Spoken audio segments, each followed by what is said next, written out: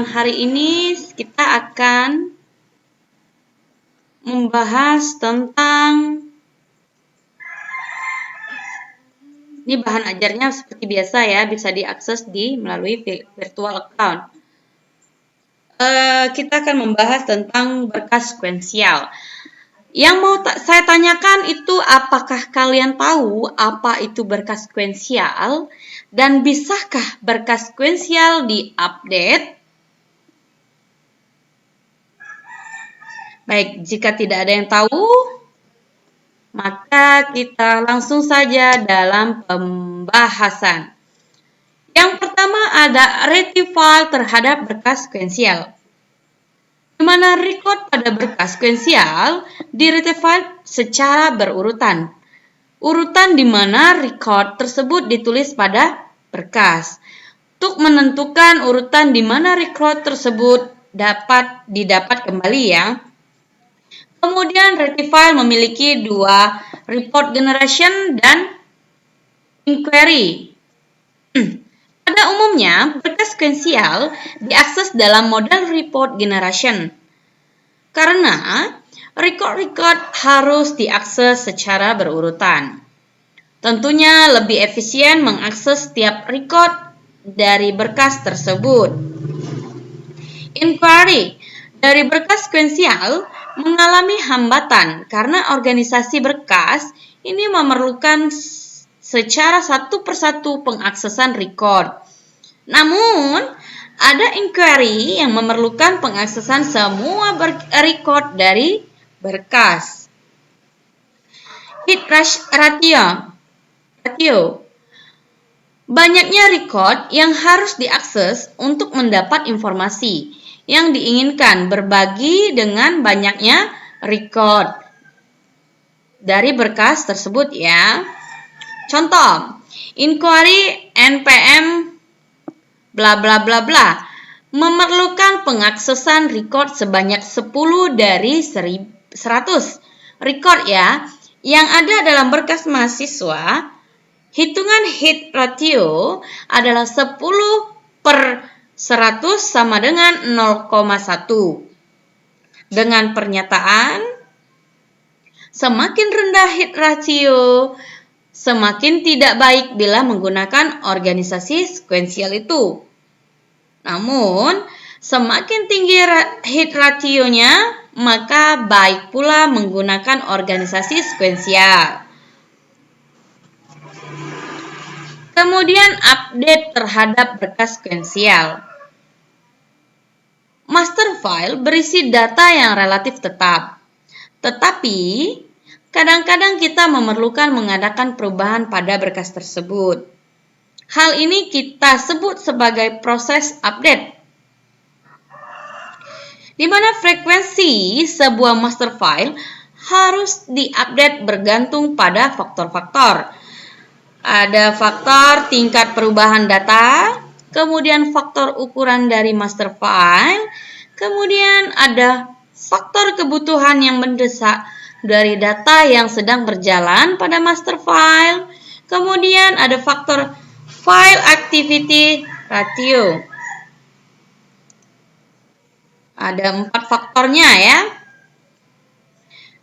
Contoh, ada transaksi file 101 Bimo 75, 101 Amalia 70, 103 Seno 60, kemudian master filenya 101 Bimo di Jalan A50, kemudian 103 Seno Jalan C30,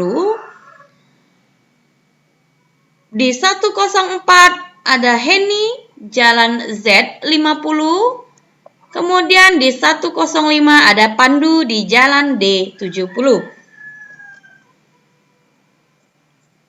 File activity ratio-nya 1 plus 1 dibagi 4 sama dengan 0,1. Ya. Di sini update terhadap berkas sekuensial. Semakin tinggi file activity ratio, maka semakin lama proses pengupdatean master file. Sedangkan semakin tinggi kebutuhan akan data yang baru pada master file, maka semakin sering file tersebut diakses. Kemudian semakin sering file master diupdate, semakin tinggi biaya pemrosesannya. Maka kebanyakan berkas sekuensial tidak dapat diupdate langsung di tempat. Karena untuk mengupdate biasanya diperlukan berkas baru sebagai pengganti berkas lama. Di sini ada sistem flow diagram untuk mengupdate sebuah berkas ya. Nih, update berkas. Sort transaction ke update, kemudian all master ke update, kemudian reject transaction, kemudian ada new master, kemudian akan di report ya.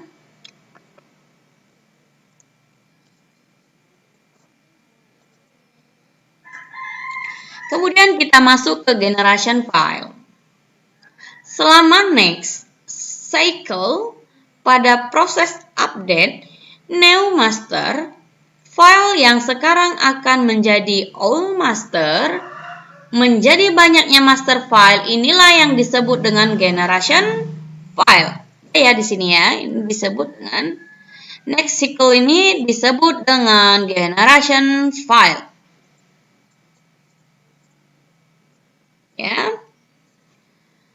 Di mana file yang mempunyai nama yang sama tetapi berbeda nomor generasinya, jika all master sekarang merupakan generasi 1, maka new master berikutnya merupakan generasi 2. New master pada next cycle menjadi generasi 3 dan seterusnya. Begitulah cara pengituran generation file.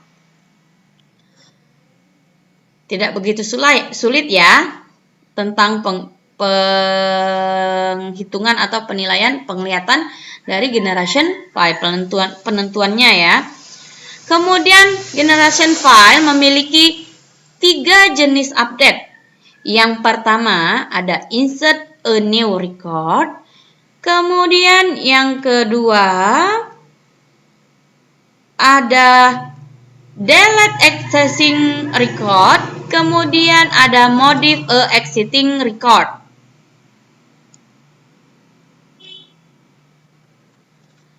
Generation file dapat menangani kesalahan. Dalam pelaksanaan update dapat ditemukan beberapa kesalahan seperti insert record that already exist. Kemudian ada delete a record that does not exist. Kemudian ada modify a record that does not exist. Ada 3 kesalahan yang mungkin dapat ditemui ya pada saat pelaksanaan update. Ini contohnya, master file dari 101 sampai 4 di sini ya. Kemudian ada transaksi ke tipe dari 101 ke 1. Kemudian 103 ke 2, tipenya 105 ke 1. Kemudian 101 tipenya 3. Kemudian 101 tipenya 2. Tipe 1 sama dengan delete, tipe 2 sama dengan insert. Kemudian tipe 3 merupakan modif. Maka file activity ratio-nya adalah 1/4. Ya, ini 4 master filenya ya. Selanjutnya ada contoh sebuah master file yang berisi 10 record. Ya, 10 record. Transaksi yang akan diproses adalah sebagai berikut. Nih ya, bisa dilihat ada 10 record. Kemudian transaksinya ada berapa?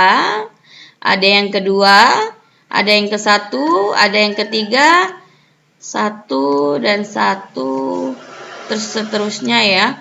Maka file activity ratio-nya adalah 4/10 record ya. Kemudian di sini ada gambar tentang update berkas sequential pada Pirel master file. Ini ya, update-nya ya. Bisa kita lihat ya. Di sini ada deklarasi berkas sequential dalam bahasa kabel. Kabel ya. Select, buka kurung optional, tutup kurung, file name, access to, buka kurung implementar, min name, tutup kurung, kemudian enter, buka kurung receiver integer areas, tutup kurung area, enter ya, enter area, kemudian buka kurung organization is sequential, tutup kurung, kemudian enter, buka kurung access mode is sequential, tutup kurung, kemudian enter, buka kurung file status is data min name, tutup kurung ya. Inilah yang dinamakan dengan deklarasi berkas sequential dalam bahasa kabel. Ya, saya rasa cukup sampai di sini dulu untuk pertemuan hari ini. Untuk pembahasan penjelasan kali ini, saya berharap apa yang saya jelaskan dapat diterapkan dengan baik dan dapat diterima, sehingga semua mahasiswa dapat melaksanakan tugas ataupun kuis pada pertemuan ini. Saya akhiri. Wabillahi taufiq walhidayah. Wassalamualaikum warahmatullahi wabarakatuh.